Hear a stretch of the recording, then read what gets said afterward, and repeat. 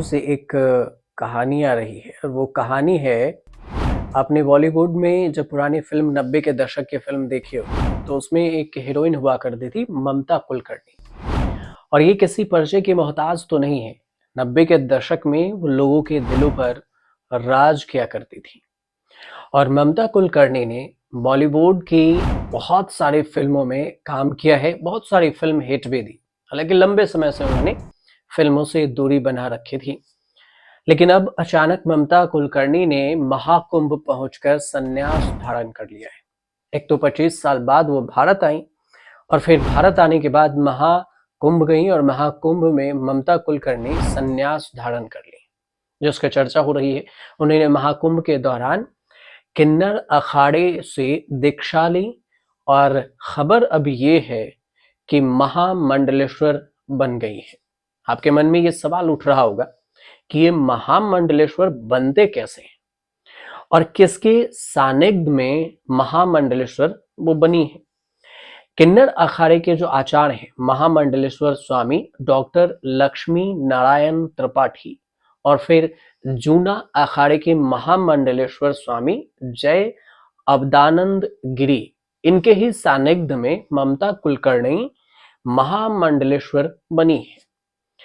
तो इस वीडियो में आपको ये बताते हैं कि महामंडलेश्वर बनने के लिए क्या कुछ योग्यता चाहिए, साथ ही महामंडलेश्वर बनने की प्रक्रिया क्या है कि ममता कुलकर्णी महामंडलेश्वर बन गई है। अखाड़ों में महामंडलेश्वर का पद सबसे बड़ा क्यों होता है, इस सवाल को पहले समझते हैं। दरअसल जो सनातन धर्म है उसमें सन्यासी परंपरा आज की नहीं है बल्कि सदियों पुरानी है। और सनातन धर्म के मानने वाले ये जानते हैं, अलग अलग साधु संत इसके होते हैं। और सनातन धर्म में सबसे बड़े महंत शंकराचार्य माने जाते हैं और सनातन धर्म में शंकराचार्य सर्वोपरि सबसे ऊपर होते हैं। शंकराचार्य के बाद नंबर आता है महामंडलेश्वर का। महामंडलेश्वर का पद साधु संतों के जो 13 अखाड़े हैं उनमें होता है।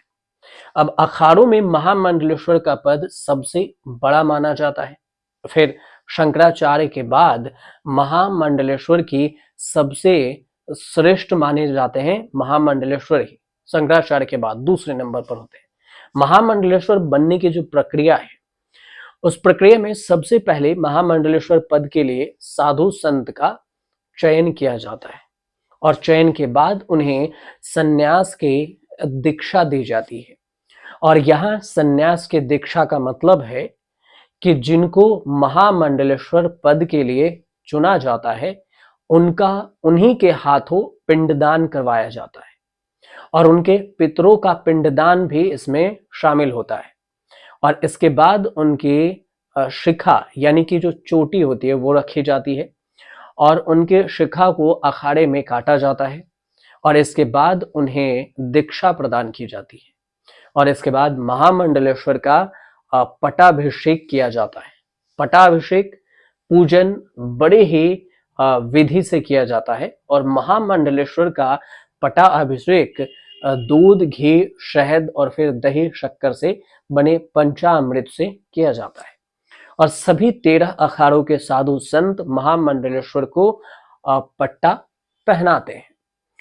महामंडलेश्वर बनने के लिए जो योग्यता चाहिए उस पर भी काफी लोग सवाल पूछ रहे थे। महामंडलेश्वर बनने के लिए शास्त्री आचार्य होना आवश्यक होता है। जिसका महामंडलेश्वर के लिए चुनाव हुआ उसके पास वेदांत की दीक्षा भी होनी चाहिए। महामंडलेश्वर के लिए किसी मठ से संबंध होना चाहिए। जिस मठ में महामंडलेश्वर बनने का संबंध हो वहां पर जन कल्याण के काम भी होने चाहिए। तो ये सारी चीजें जो योग्यताएं हैं वो महामंडलेश्वर बनने के लिए होती है और उसके बाद ही कोई महामंडलेश्वर बनता है। तो इस महामंडलेश्वर की जो प्रक्रिया है, किन्नर अखाड़े में जो ममता कुलकर्णी महामंडलेश्वर बनी है वो 24 जनवरी के शाम को ममता कुलकर्णी संगम पर अपना पिंडदान की और इसके बाद किन्नर अखाड़े में उनका पट्टाभिषेक हुआ।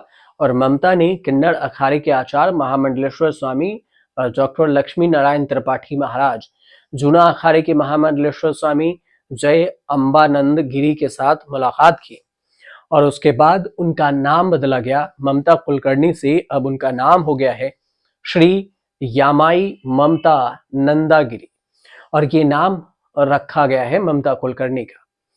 उसके बाद आपके मन में भी सवाल होगा कि आखिर ममता कुलकर्णी कैसे महामंडलेश्वर बन गई। तो फिर इसकी जो प्रक्रिया है वो आपको, सारी प्रक्रिया तो हमने बता दिया कि क्या क्या योगदाएं होती हैं। अब बात ये आती है कि इसमें अखाड़े की, जो पहले अखाड़े की स्थापना होती है, तो अखाड़े की स्थापना की गई थी 2015 के उज्जैन में। किन्नर अखाड़े में किस तरह के महामंडलेश्वर बनाए जाते हैं, सबसे बड़ा सवाल ये भी है। तो और इसके लिए नियम क्या है ये भी समझिए। महामंडलेश्वर जो कौशल्या नंदागिरी है, जिसे टीना माँ के तौर पर बातचीत होते हैं और जानते हैं लोग, कौशल्या नंदागिरी का अगर माने तो अन्य अखाड़ों की तरह ही किन्नर अखाड़ों की संचालित होती है, और संन्यास आदि दिलाने की जो प्रक्रिया है एक जैसे ही होती है। महामंडलेश्वर या अन्य उपाधि लेने वाले लोगों के आचार विचार को परखा जाता है, और इसके अलावा वह यह भी देखते हैं कि वह गृह त्यागी है या नहीं, या संन्यास दिलाने से पहले उसे परखना जरूरी होता है। अब फिर उसके बाद किन्नर अखाड़े के महामंडलेश्वर की बात हो रही है, तो किन्नर अखाड़े को जूना अखाड़े ने ही अपने साथ जोड़ा था। जूना अखाड़े ने सबसे जो महिला जो है, महिला नागा सन्यासी, वो जूना अखाड़े में ही है। 2013 में जूना अखाड़े में अपने जुड़े माई बाड़ा को दशनामी सन्यासियों के अखाड़े का स्वरूप दे दिया था।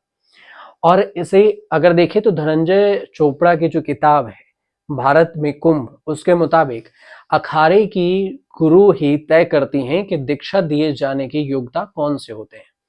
ये जो दूसरी प्रक्रिया है जो किन्नर अखाड़े की, उसके बारे में बता रहे हैं। और फिर शारीरिक जो वस्त्र है वो कैसा रहेगा, इस सब का त्याग किया जाता है और पीले भगवा वस्त्र पहना जाता है। नदी में स्नान की जाती है, और फिर उसके बाद गुरु के देखरेख में पिंडदान होता है। उसके बाद शुद्धिकरण होती है, और फिर उन्हें पट्टाभिषेक किया जाता है। पट्टाभिषेक के बाद उनका शुद्धिकरण हो जाता है, और फिर वो मुकुट पहनते हैं, और मुकुट पहनने के बाद सिंहासन पर उन्हें बैठाया जाता है माला पहनाकर। फूल अक्षत उन पर बरसाए जाते हैं। और ठीक इसी तरह से संत समाज में किसी विशेष साधु संत जब जिम्मेदारी दी जाती है तो वो उसका स्वागत करते हैं। लेकिन सन्यासी अखाड़े में विशेष रूप से इसकी जिम्मेदारी भी होती है। महाकुंभ के दौरान अखाड़े में सैकड़ों साधु संत पट्टाभिषेक करते हैं, और कई साधु संतों का पट्टाभिषेक होता है। इस हिसाब से देखें तो किन्नर अखाड़े की महामंडलेश्वर हैं लक्ष्मी त्रिपाठी। वो बताती हैं कि ममता पिछले 2 साल से सनातन धर्म से जुड़ने की इच्छा प्रकट कर रही थी, और पहले वह जूना अखाड़े के शिष्या थी, और फिर किन्नर अखाड़े के संपर्क में आई, और उन्होंने अखाड़े में महामंडलेश्वर बनने की मांग की थी, जिसके बाद उन्हें इसकी प्रक्रिया और फिर जिम्मेदारियों के बारे में बताया गया था। ये भी बताया गया कि ममता कुलकर्णी का अब नाम बदल गया है, और अब उन्हें श्री यामिनी ममता नंदगिरी के नाम से ही जाना जाएगा। इसके बाद चूड़ा कर्म होगा किन्नर अखाड़े के परंपराओं में, और फिर उसके बाद सभी नर नारी उनका स्वागत करेंगे, और उसके बाद ममता कुलकर्णी महामंडलेश्वर बन जाएगी।